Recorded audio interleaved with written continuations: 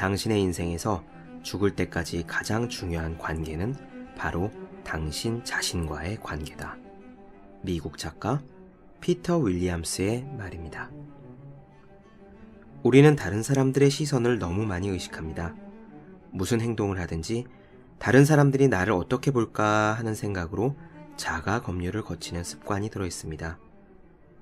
공부에서도 예외가 아닙니다. 걸어다니며 단어를 외우건, 빈 교실 앞에 서서 칠판에 강의하듯 설명하건, 밥을 먹으면서 동영상 강의를 듣건, 읽어야 할 책이 있어 회식 자리에서 먼저 일어서건, 내가 선택하는 나의 삶일 뿐인데 다른 사람들의 시선을 의식하면서 주저합니다. 제 친구 중 한 명은 종교적인 이유로 술을 마시지 않습니다. 이 친구는 장교로 군에 입대했는데 회식 자리에서 부대장이 따라주는 술도 거절했다고 합니다. 죄송하지만 저는 술을 마시지 않습니다.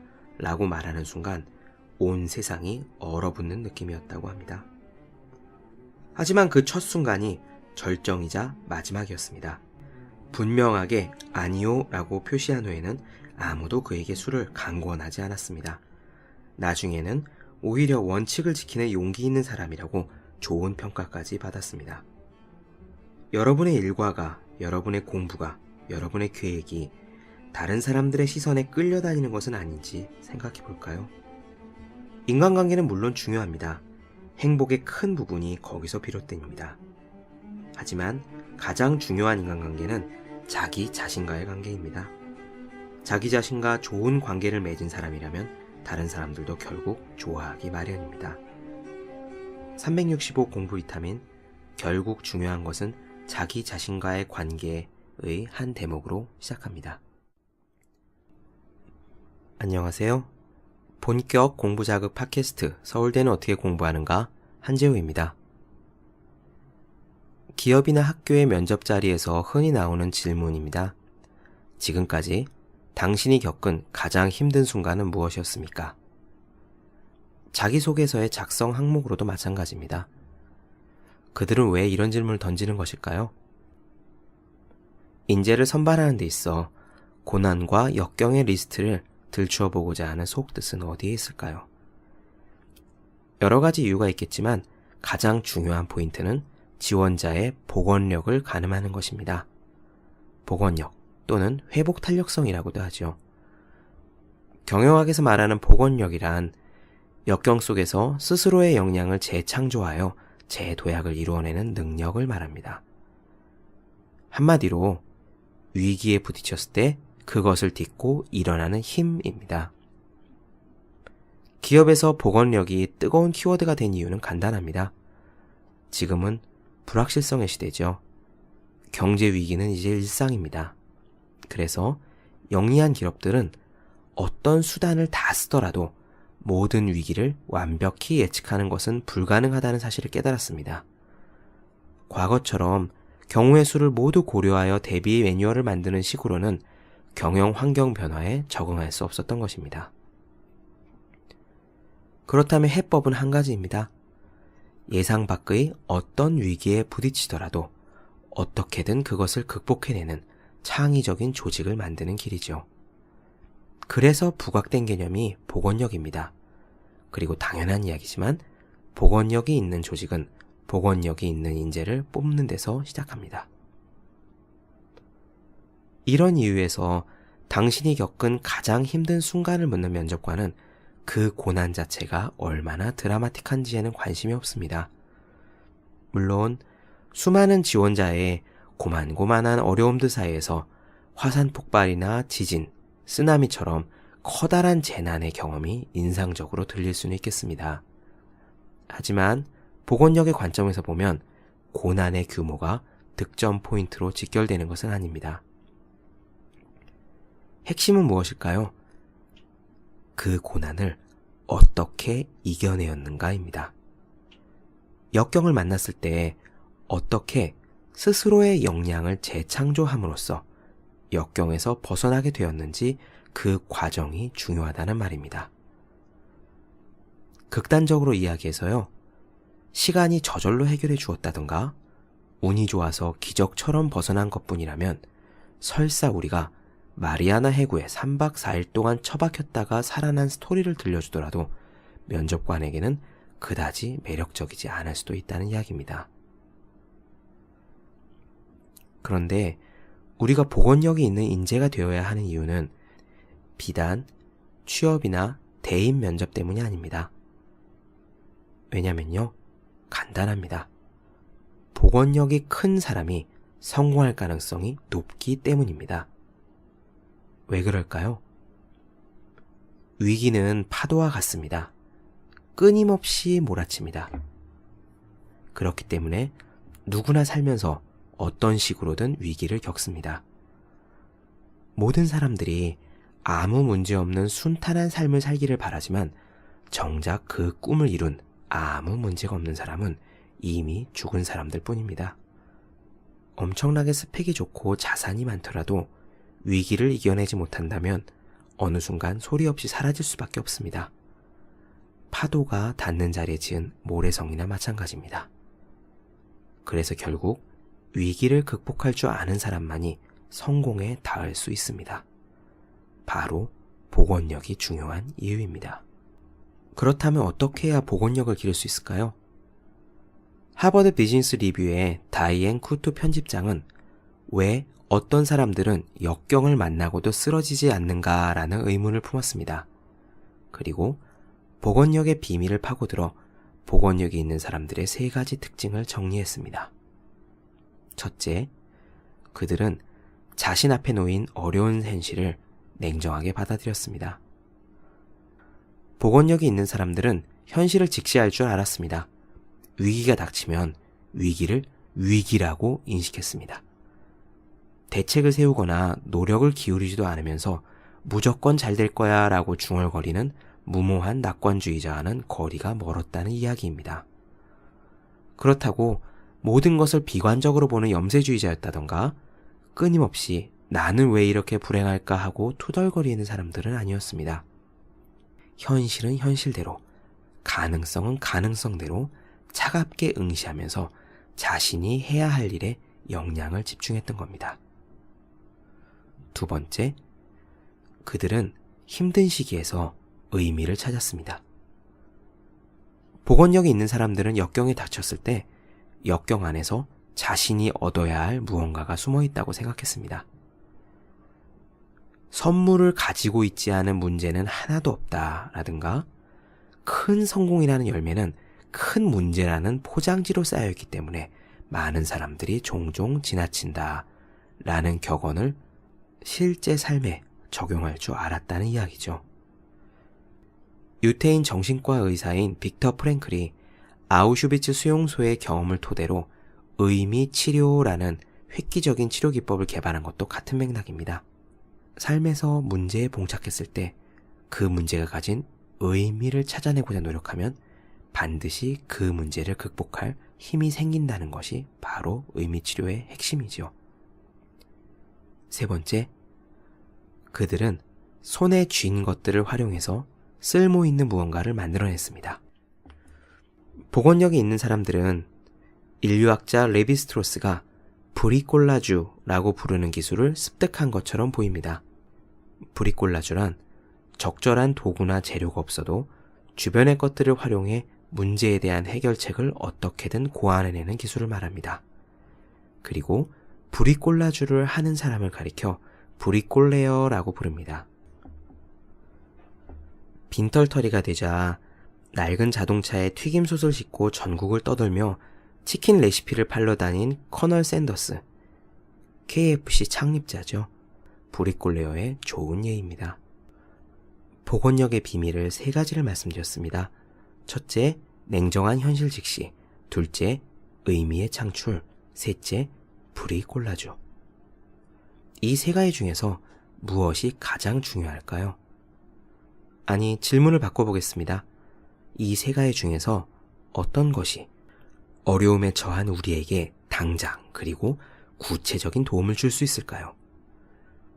제가 생각하기에 답은 3번째, 브리콜라주입니다.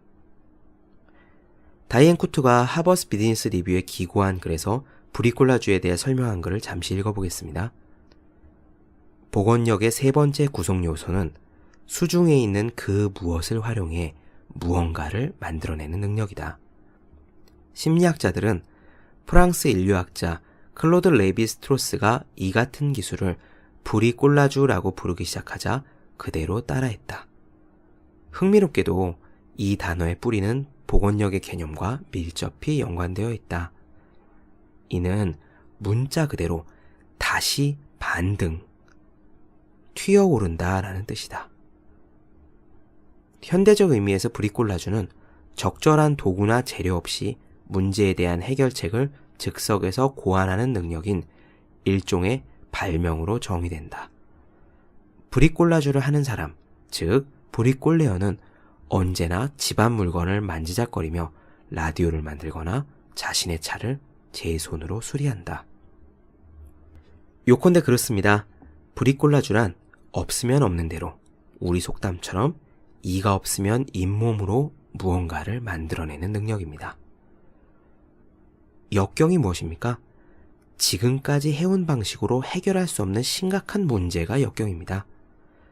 역경에 부딪히면 당연하게 여겼던 자원, 자금, 인맥 등 여러 인프라가 정상적으로 작동하지 않습니다. 그래서 사람들이 당황하는 거죠. 하지만 고장난 리모컨을 계속 누른다고 텔레비전이 켜질 리가 없듯 역경 앞에서 지금까지 해왔던 것과 똑같은 움직임은 효과가 별로 없습니다. 그래서 사람들은 낙심하고 의기소침해집니다. 무기력과 침체에 빠져드는 순서죠. 바로 이때 힘을 주는 개념이 바로 브리꼴라주입니다. 없으면 없는 대로. 대단하지 않아도 좋으니까 무언가를 해내는 것. 완성되지 못해도 괜찮으니까 한 걸음이라도 내딛는 것. 어차피 한 번의 해결이 불가능하기 때문에 역경이라고 부르는 거 아닙니까? 다만 브리꼴라주로 시작하는 겁니다. 어떤 식으로든 움직이기 시작하면 우리의 에너지가 바뀝니다.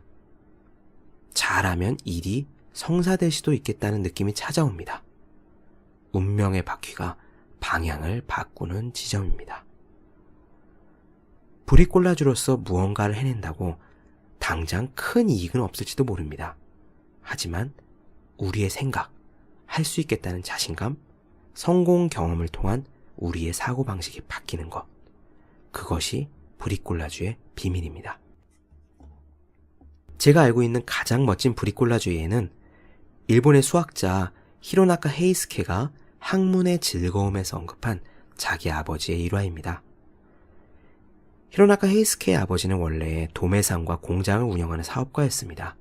그는 일본이 만주를 침공했을 때 제품을 대만이나 중국 본토에 수출하는 글로벌 기업의 오너였습니다. 큰 돈을 가졌고 3,500평의 농토를 가진 대주주로서 주인나리라는 말을 듣고 살 정도였습니다. 그런데 전쟁이 끝날 무렵부터 가세가 기우기 시작하더니 주식이 휴지 조각이 되었고 공장은 부도가 났습니다.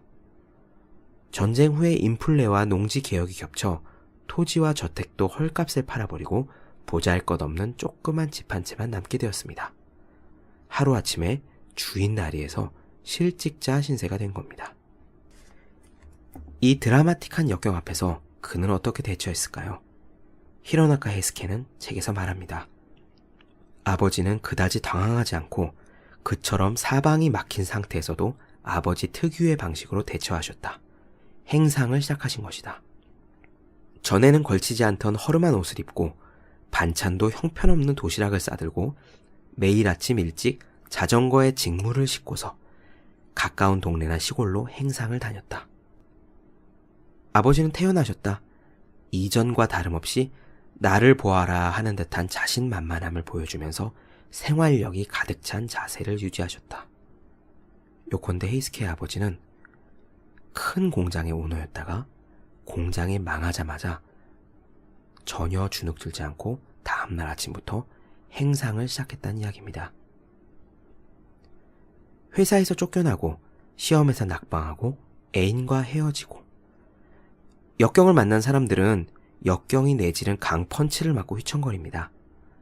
며칠은 고사하고요. 몇 달이 지나도록 비탄과 상실감에서 헤어나오지 못하는 경우도 다반사입니다. 아니, 아예 단 한 번의 시련 앞에 극단적인 선택을 하는 사람도 있습니다.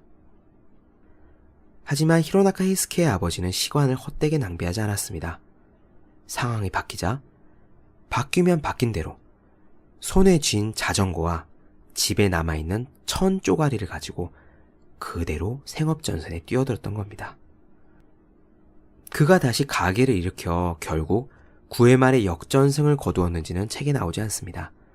다만 히로나카 히스케는 그런 아버지를 보고 삶을 대하는 자세를 배웠노라고 고백했습니다. 그리고 그는 늦깎이 학자로서 수학의 노벨상이라 불리는 필즈상을 최고령으로 수상하는 업적을 남겼습니다. 자신의 삶이 마음대로 되지 않는 것 같다면, 막상 닥친 현실이 오랫동안 꿈꿔온 로망과 거리가 멀다면, 그리고 왠지 이번 시험, 이번 프로젝트, 이번 기회는 망친 것 같아 처음부터 다시 시작하고만 싶다면 브리꼴라주를 기억하길 바랍니다. 바닥을 치고 올라오는 힘은 없으면 없는 대로 무언가를 해내는 데서 생겨납니다. 대학에서 수업 시간에 들었던 이야기입니다. 저는 운이 좋게도 형법 수업을 저 유명한 조국 교수님께 들었었습니다. 한 번은 선생님께서 수업 시간에 자신이 좋아하는 문구라면서 이런 말씀을 해주셨어요. 화려했던 과거가 아니라 초라한 오늘로부터 시작하라. 그때 분명 누구의 말이다 라고 말씀하셨는데 그 누구였는지 제가 잊어버렸습니다. 하지만 그 말씀만큼은 10년이 지난 지금도 기억에 남아있네요. 화려했던 어제는 아무 소용이 없죠. 지금 초라한 현실이 중요합니다. 우리는 화려했던 어제가 아니라 초라한 오늘을 가지고 시작해야 합니다. 현실을 직시하고 이 현실이 나에게 주는 의미를 찾고 브리꼴라주, 초라한 오늘에서 내가 할 수 있는 무언가를 어떻게든 해보는 것. 복원력은 거기서 시작합니다. 역경을 극복하고 다시 일어나는 힘은 우리 모두가 가지고 있습니다. 본격 공부자극 팟캐스트 서울대는 어떻게 공부하는가? 오늘은 복원력, 회복 탄력성에 대해서 이야기를 나눠보았습니다. 더 많은 이야기가 궁금하신 분들 그리고 질문이 있으신 분들은 네이버 블로그 허생의 즐거운 편지를 찾아주시기 바랍니다. 또한 수험생, 대학생, 직장인 등등 매일매일 공부해야 되는데 공부할 의욕이 나지 않는 분들 인터넷에서 보기만 해도 공부하고 싶어지는 365 공부 비타민을 검색해 보시기 바랍니다. 저는 다음 시간에 뵙겠습니다. 여러분 열심히 공부하세요. 저도 열심히 하겠습니다.